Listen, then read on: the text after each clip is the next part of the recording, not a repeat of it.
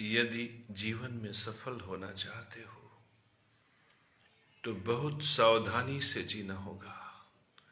हमेशा सजग रहना है और एक ही सूत्र का पालन करना है, विधि पूर्वक यज्ञ, विधि पूर्वक न्यायपूर्ण तरीके से यज्ञ करना, पोषण करना।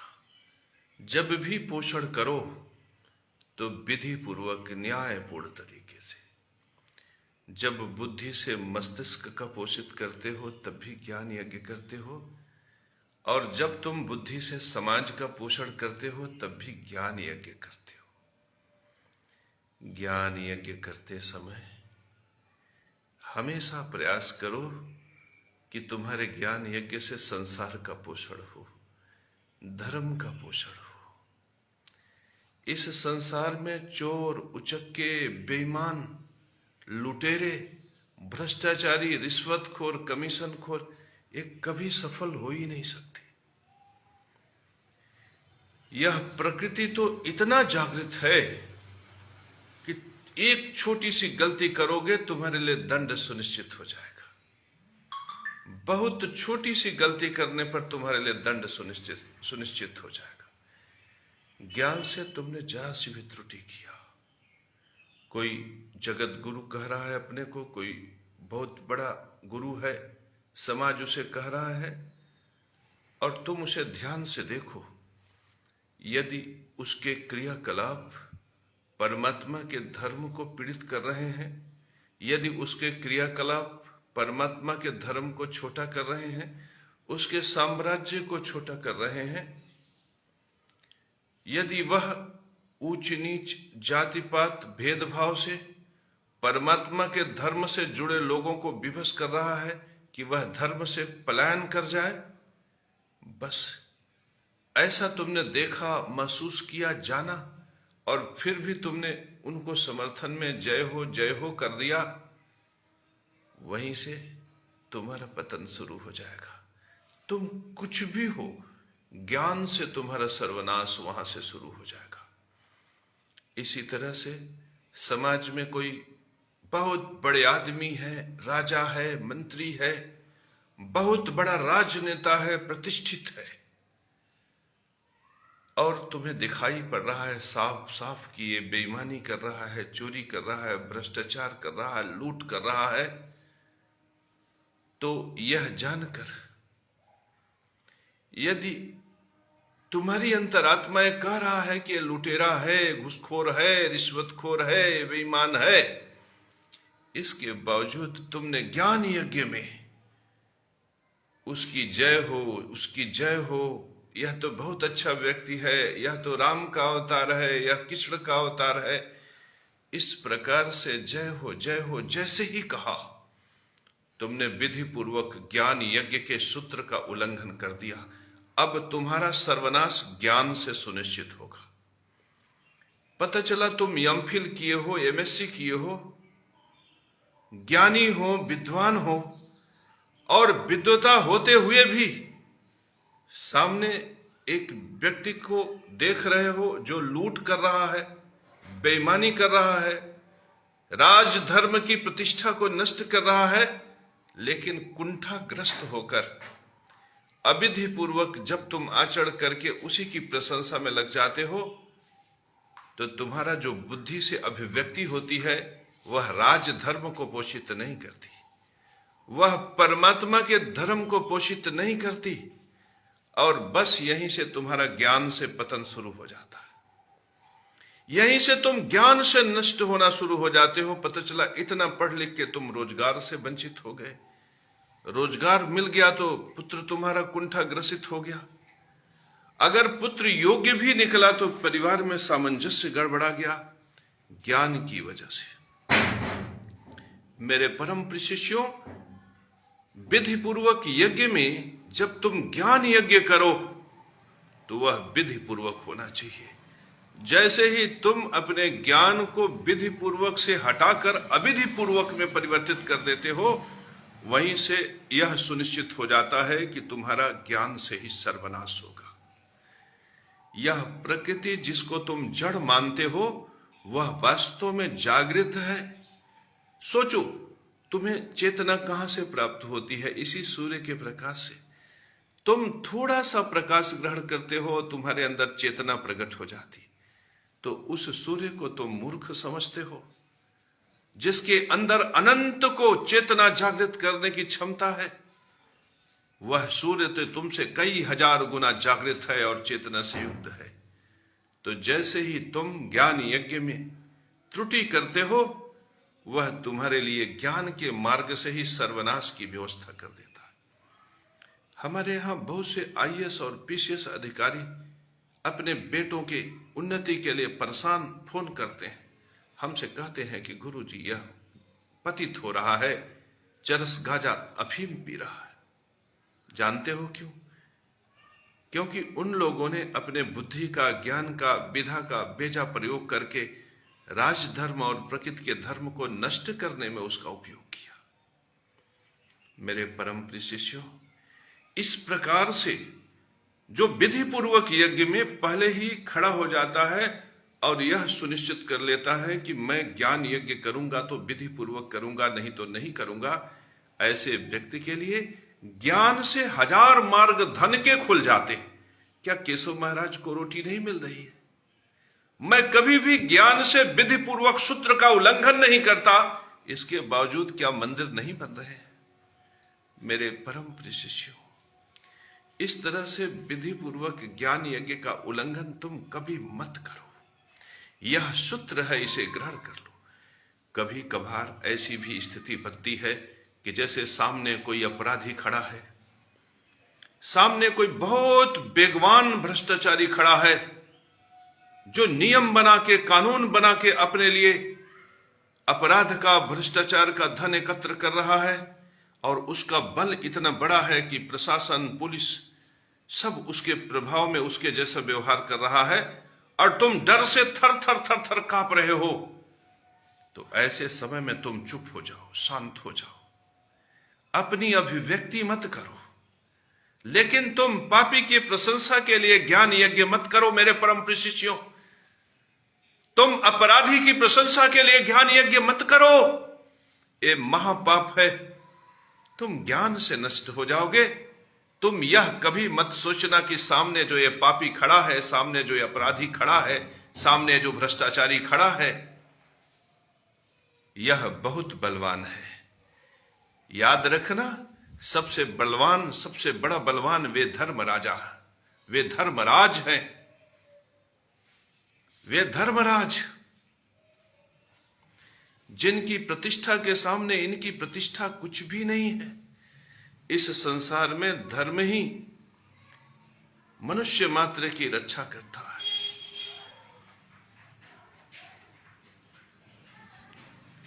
मेरे परम प्रिय शिष्यों, ये बड़ा ही अद्भुत प्रवचन है। यदि तुमने इसे ग्रहण कर लिया तो ज्ञान से हजार मार्ग तुम्हारे लिए धन के खुल जाएंगे। कितना बढ़िया धर्मराज के लिए कहा गया है, नमो राजा बधिभ्यो, नमो देवो बधिभ्यो, नमो ए विश्वानाम बधा, तेभ्य मृत्यु मूलो नमस्तुते, नमो राजा बधिभ्य। जो राजाओं का भी वध कर सकता है। सोचो कितना बलवान होगा वो धर्मराज। नमो राजा बधिभ्य, नमो देवो बधिभ्य, अथो ये विश्वानाम बधा, तेभ्य मृत्यु मूलो नमस्तुते। जो राजाओं का भी वध करने में सक्षम है, जो देवताओं का भी वध कर सकता है, जो समस्त विश्व का, समस्त प्राणियों का वध करने में सक्षम है, ऐसे मृत्यु के देवता, ऐसे धर्म के देवता, मैं उनको प्रणाम करता हूं। क्या उनके बल के सामने बलवान टिकेंगे? वह तो जब चाहेंगे इनके धर्म के छीड़ होने पर इन्हें नष्ट कर देंगे। तो ऐसे पापियों से डरने के बजाय तुम धर्मराज से डरना। मेरे परम प्रिय शिष्यों, इस संसार में यदि तुम डर सकते हो, यदि तुम डरते हो, यदि तुम्हारे अंदर डर है, भय है, तो मेरे परम प्रिय शिष्यों, तुम धर्मराज से डरना। जिसने धर्मराज से डरना सीख लिया, संसार का डर उसके लिए नष्ट हो गया। मेरे परम प्रिय शिष्यों, तुम इस परम सूत्र को जगत गुरु के मुख से प्राप्त करके ग्रहण कर लेना, गांठ बांध लेना। तुम निर्बल हो, निसहाय हो, कमजोर हो, पीड़ित हो, तुम चुप हो जाना, मौन हो जाना, लेकिन कभी भी पापी की प्रशंसा मत करना मेरे परम प्रिय शिष्यों। कभी भी भ्रष्टाचारी की प्रशंसा मत करना, कभी भी अन्यायी अत्याचारी की प्रशंसा मत करना। और जैसे ही तुम विधि पूर्वक ज्ञान यज्ञ करोगे, वैसे ही तुम्हारे लिए धन के 1000 साधन पैदा हो जाएंगे। विधि पूर्वक ज्ञान यज्ञ को समझ लेना मेरे परम प्रिय शिष्यों। वह ज्ञान जो तुम्हारे लिए, जो तुम्हारे पड़ोसी के लिए, जो इस प्रकृति के लिए, जो पीपल के लिए, जो वनस्पतियों के लिए उपयोगी है। और धर्म में पागलपन भी मत दिखाना। जैसे किसी ने कहा कि पीपल लगाना परम धर्म है, पीपल के वृक्ष का रोपण करना परम धर्म है, तो मेरे परम प्रिय शिष्यों, घर मकान भी बनाना परम धर्म है। अब यदि तुम्हारे पास बहुत जमीन नहीं है, केवल मकान भर का ही है, तो तुम पहले अपनी संरक्षण करना, क्योंकि यह पितरों से प्राप्त शरीर का संरक्षण भी विशिष्ट है। तो वहां पे तुम अपने मकान में फिर पीपल मत लगाने लगना, पहले घर बना लेना। हां, यदि तुम्हारे पास उसके अलावा भी जमीन कहीं खाली पड़ी है, तो वहां पे पीपल और बरगद के वृक्ष जरूर लगा देना। पीपल का वृक्ष लगाना, बरगद का वृक्ष लगाना भी धर्म है, और अपने लिए रोटी का साधन प्राप्त करना भी धर्म है। बहुत से लोग कहते हैं कि गुरुजी, आप कहते हैं कि अन्न, अनाज, सावा, कोदव, तुलसी की ही बलि हो सकती है। बहुत से लोग तो मीट मांस भी खाते हैं। मेरे परम प्रिय शिष्यों, कुछ लोगों तो हमसे कहा कि बहुत से सैनिक हैं, वे लद्दाख इत्यादि एरिया में पड़े हुए हैं जहां पे ठंड बहुत है, ऐसी जगह पे वे मीट मांस खाते हैं। तो क्या यह गलत है, धर्म विरुद्ध है? मेरे परम प्रिय शिष्यों, इस प्रकृति में जीव हत्या महापाप है। परमात्मा ने अन्न अनाज का सेवन तुम्हारे लिए बनाया है। काजू, मुनक्का, विविध प्रकार के किशमिश, नट इत्यादि तुम्हारे लिए व्यवस्थित किए। लेकिन यदि प्राणों पर संकट आ जाए तो मनुष्य का जीवन महत्वपूर्ण है। यदि प्राणों पर संकट आ जाए, यदि राज्य पे संकट आ जाए, यदि गांव विशिष्ट परिस्थिति पे संकट आ जाए, यदि परिवार के मुखिया पर संकट आ जाए, तो ऐसी स्थिति में जो मूल्यवान प्राणी है, उनके लिए यदि कम मूल्यवान प्राणी भेंट पे चढ़ जाते हैं, तो इसे शास्त्र के सम्मत धर्म माना गया है। लेकिन मेरे परम प्रिय शिष्यों, ऐसा तो तभी करना जब तुम्हारे लिए कोई मार्ग शेष न रह जाए। मेरे परम प्रिय शिष्यों, यदि तुम अन्न अनाज से पोषित हो जाते हो, तो तुम्हें किसी अन्य अनाचार, व्यभिचार, मांसाहार पर नहीं जाना है। यह परम सूत्र है। इस सूत्र को ग्रहण करो, यह तुम्हारे लिए कल्याणकारी है।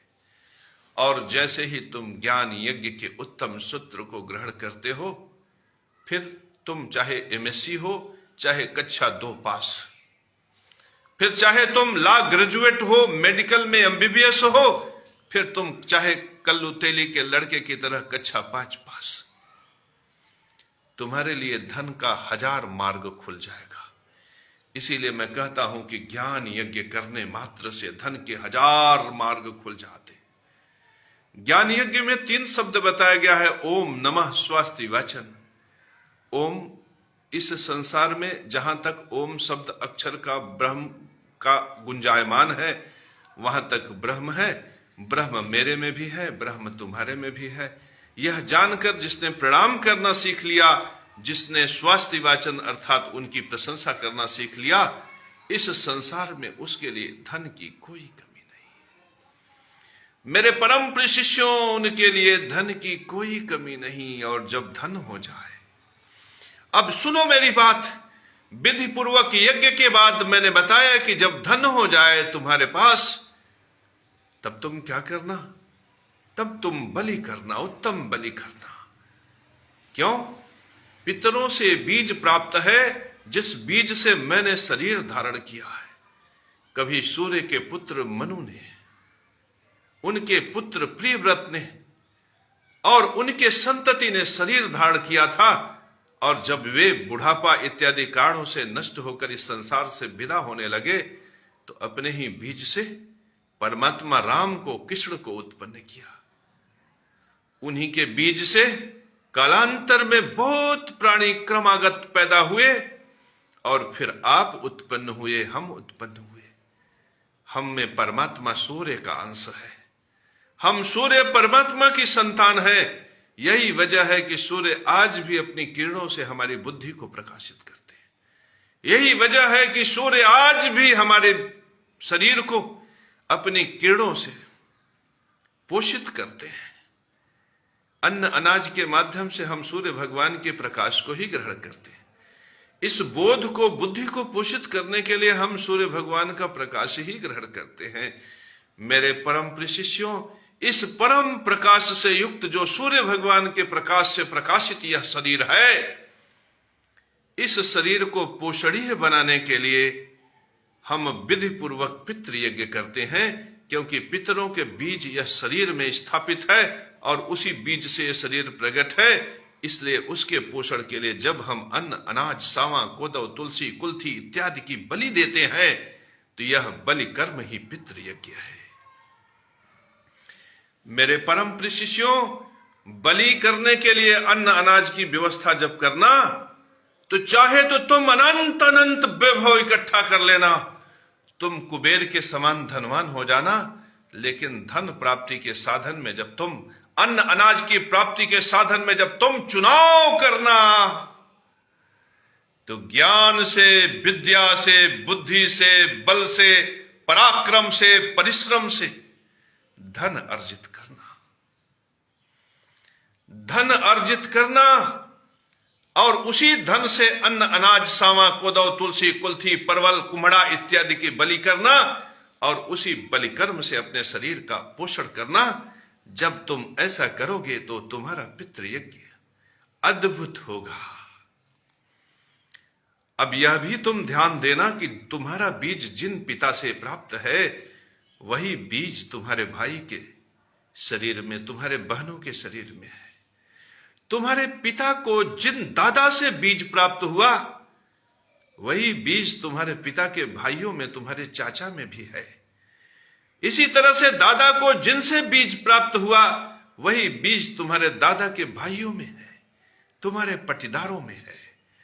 तो यदि तुम उत्तम पितृ यज्ञ करने के लिए उन्मुख होना मेरे परम प्रिय शिष्यों, तो अपने ज्ञान यज्ञ, पितृ यज्ञ विधि पूर्वक जो बलात् तुमने धन इकट्ठा किया है, विधि पूर्वक जो तुमने धन इकट्ठा किया है, ज्ञान से, विद्या से, बुद्धि से, पराक्रम से, उसका कुछ हिस्सा अपने भाइयों के, अपने चाचा, अपने दादा के भाइयों के पोषण में लगाना। यदि तुमने इस प्रकार से बीज का पोषण कर दिया मेरे परम प्रिय शिष्यों, तो उत्तम पितृ यज्ञ करने की वजह से संसार में जनन मार्ग के जितने सुख हैं, उनका दरवाजा तुम्हारे लिए खुल जाएगा मेरे परम प्रिय शिष्यों, तुम्हारे लिए खुल जाएगा। फिर तुम्हारे लिए अन्न अनाज, भंडारण, उत्तम शयन शैया का सुख, उत्तम घर, उत्तम मकान, उत्तम स्त्री, उत्तम संतान, इनके रास्ते ऐसे खुल जाएंगे मानो कुबेर ने अपने दरवाजों को तुम्हारे लिए खोल दिया। लेकिन मेरे परम प्रिय शिष्यों, यह रोटी कैसी नहीं होनी चाहिए? भाई का हरण किया हुआ रोटी, पिता के परिश्रम से प्राप्त किया हुआ जीवन भर की रोटी, दादा परदादा की संपदा से प्राप्त की गई रोटी, भ्रष्टाचार से, व्यभिचार से, गुंडागर्दी से, समाज से हरण किया गया रोटी, इस प्रकार की रोटी यदि तुमने प्राप्त किया तो तुम्हें पितृदोष लगेगा। और यदि तुमने रोटी प्राप्त करके उसका कुछ हिस्सा अपने बीज के भरण पोषण में दादा और परदादा के लड़कों को, उनकी संतति को नहीं दिया, तो भी तुम्हें पितृदोष हरण का पाप लगेगा मेरे परम प्रिय शिष्यों। यदि तुमने पितृ दोष का पाप लग गया तो तुम्हें मैथुनी मार्ग का सुख नहीं मिलेगा, जनन मार्ग का सुख नहीं मिलेगा।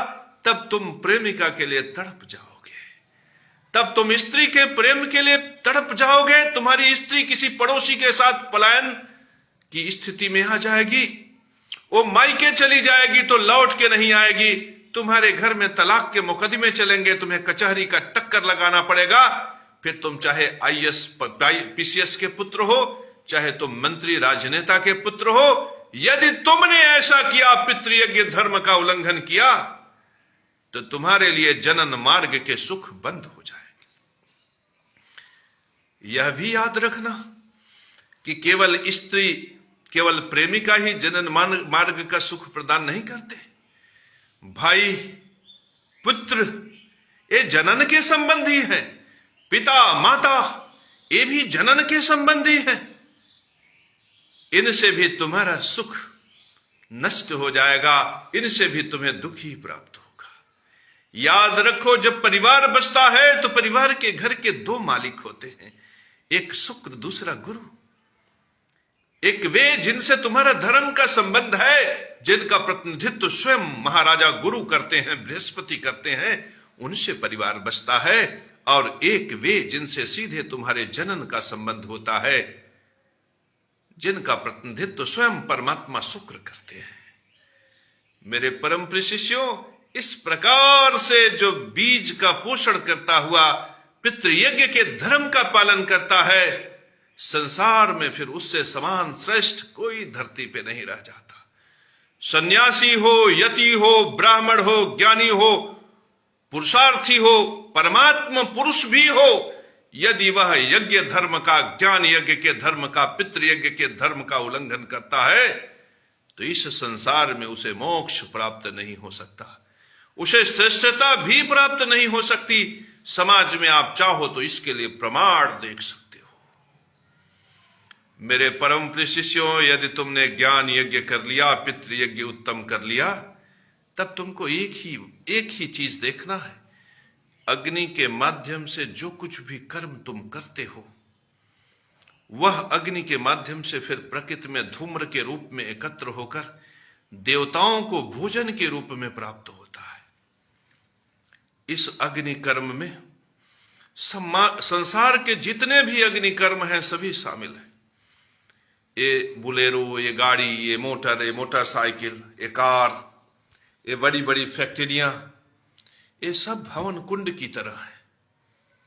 इनमें जो तुम आहुत करते हो, ये धूम्र स्वरूप में ईंट के भट्ठे इत्यादि, इनमें जो तुम आहुत करते हो, यह अग्नि रूप में प्रकृति को ही प्राप्त होता है, देवताओं को ही प्राप्त होता है। ऐसा करते समय तुम्हें ख्याल रखना है कि जो प्रकृति के लिए उपयोगी हो, जैसे ईंट का भट्ठा, ईंट बनता है तो उससे घर बनते हैं, वो उपयोगी है। तो जितना उपयोग हो उसे विधि पूर्वक स्थापित करते हुए इस बात को सोचो कि देवता पीड़ित न हो, देवता पीड़ित न हो। यज्ञ जो देव यज्ञ है, जो अग्नि के मार्ग से यज्ञ हो रहा है, उसमें देवताओं को कष्ट न हो, उनको जो भोजन मिले उस भोजन से फिर उत्तम पीपल का निर्माण हो, उत्तम बरगद का निर्माण हो, कटहल के फल बने, कटहल का बीज बने, कटहल का पौधा बने, ऐसे द्रव्यों का निर्माण हो। जब हम मंदिर में हवन करते हैं ना, तो जब आहुति देते हैं, घृत, गुड़, काला तिल, वन औषधि, बला, कूठ, अश्वगंधा इत्यादि की जब हम आहुति देते हैं, तो अग्नि कुंड से दिव्य ज्योति निकलती है, प्रकाश, दिव्य कण निकलते हैं, दिव्य दिव्य प्रकार के घटक निकलते हैं, जो अग्नि को, पृथ्वी को, वायु को, जल को आनंदित कर देता है, मदमस्त कर देता है, प्रसन्न कर देता है, और बदले में वे आशीर्वाद देते हैं। उनके कुंड की राख जब किसी खेत इत्यादि में, किसी फल वनस्पति में पड़ता है, वह भी पृथ्वी के पोषण में सहायक हो जाता। बहुत से लोग मूर्खता करते हैं कि जो है राख को नदी में प्रवाहित कर देते। राख को पृथ्वी तत्व को पोषित करने के लिए लगाओ। अग्नि ने वायु को पोषित किया, जल को पोषित किया, आकाश को पोषित किया। मेरे परम प्रिय शिष्यों, उसकी राख पंचमहाभूत पोषण के लिए तुमने यज्ञ किया ना, तो उसकी राख पृथ्वी को पोषित करेगी। धान में, ज्वार में, गेहूं में जो वनस्पतियां उग रही हैं, वहां पे ले जाकर राख अर्पित करो, वह उनके लिए सहायक है। मेरे परम प्रिय शिष्यों, इस प्रकार से विधि पूर्वक प्रकृति की निर्मलता के लिए, उनके पोषण के लिए जो यज्ञ करता है, और इस यज्ञ में सहायता के लिए पीपल इत्यादि वृक्ष वनस्पतियों का जो रोपण करता है, वो एक तरह से देव यज्ञ करता है। वह देवता को प्रसन्न करके नाम, यश, श्री, कीर्ति प्राप्त करता है। याद रखो, आकाश तत्व में जो ग्रह हैं, उनमें गुरु और सूर्य है। हवन करने पर गुरु और सूर्य में प्रतिष्ठा प्राप्त होती है। गुरु कहां का स्वामी है? गुरु भाग्य का स्वामी है। हवन करने से भाग्य धर्म बढ़ जाता है, जप तप करने का भाव बढ़ जाता है, और भाग्य के बढ़ने पर भाग्य के धन से राज्य प्राप्त होता है। गुरु व्यय की क्षमता प्रदान करता है। इसलिए ऐसे घरों में जिनमें कर्ज इत्यादि बहुत अधिक है, हवन करने पर उनको व्यय का मार्ग प्राप्त होता है। बृहस्पति के अच्छा होने पर व्यक्ति का नाम, यश, कीर्ति चारों तरफ पताखा के रूप में फैल जाता है। मेरे परम प्रिय शिष्यों, इस तरह से उत्तम देव यज्ञ करने पर व्यक्ति बृहस्पति को अनुकूल कर लेता है। वहीं सूर्य के अनुकूल होने पर राजा भी व्यक्ति के बस में होने लगता है, और संसार उसके ज्ञान की प्रतिष्ठा से प्रतिष्ठित होकर चारों तरफ जय हो, जय हो, जय हो का नारा लगने लगता है। फिर जैसे विश्वामित्र ने त्रिशंकु के लिए स्वर्ग बना दिया, उसी तरह से एक राजपूत समाज में पैदा हुआ एक सामान्य सा सड़क छाप केशव महाराज, यह अपने तपोबल से सुनिश्चित कर देता है कि मैं जगत गुरु हूं, और संसार जय हो, जय हो, जय हो करके उसे अपने हृदय में बिठा लेता है। और देखते ही देखते लाखों लाख, करोड़ों करोड़ शिष्य उसके प्रकट हो जाते हैं, और वह जगत गुरु के रूप में प्रतिष्ठित हो जाता है। धर्म की प्रतिष्ठा के साथ, यज्ञ की प्रतिष्ठा के साथ, परमात्मा की प्रतिष्ठा के साथ, माता गायत्री की प्रतिष्ठा के साथ वह खड़ा हो जाता है, और फिर उसके साथ नाम गूंजने लगता है, नमो नारायणाय, नमो भगवते वासुदेवाय, श्री महालक्ष्मी नमः, जय श्री राम के नारे गूंजने लगते हैं। इस तरह से जीवन में क्रांति घटित हो जाती है। मेरे परम प्रिय शिष्यों, तुम भी आओ, मेरे साथ लग जाओ। तुम मुझ गुरु के मार्गदर्शन में तुम महानतम को प्राप्त करो, तुम सम्राट बन जाओ। मेरे परम प्रिय शिष्यों, आओ, लक्ष्मी नारायण मंदिर से जुड़ो। लक्ष्मी नारायण भगवान के प्रति प्रेम के भाव को समर्पित करो। ओम नमो नारायणाय, ओम नमो भगवते वासुदेवाय से अपने हृदय आनंद को आनंदित करो, और ज्ञान यज्ञ से अपने पुत्र इत्यादि का विस्तार, पितृ यज्ञ से पोषण, और देव यज्ञ से अपने लिए राज धर्म की प्रतिष्ठा करो। और देखते ही देखते तुम संसार में सूर्य भगवान के प्रकाश के समान कीर्तिमान होकर छा जाओ, छा जाओ, छा जाओ। मेरे परम प्रिय शिष्यों, तुम छा जाओ।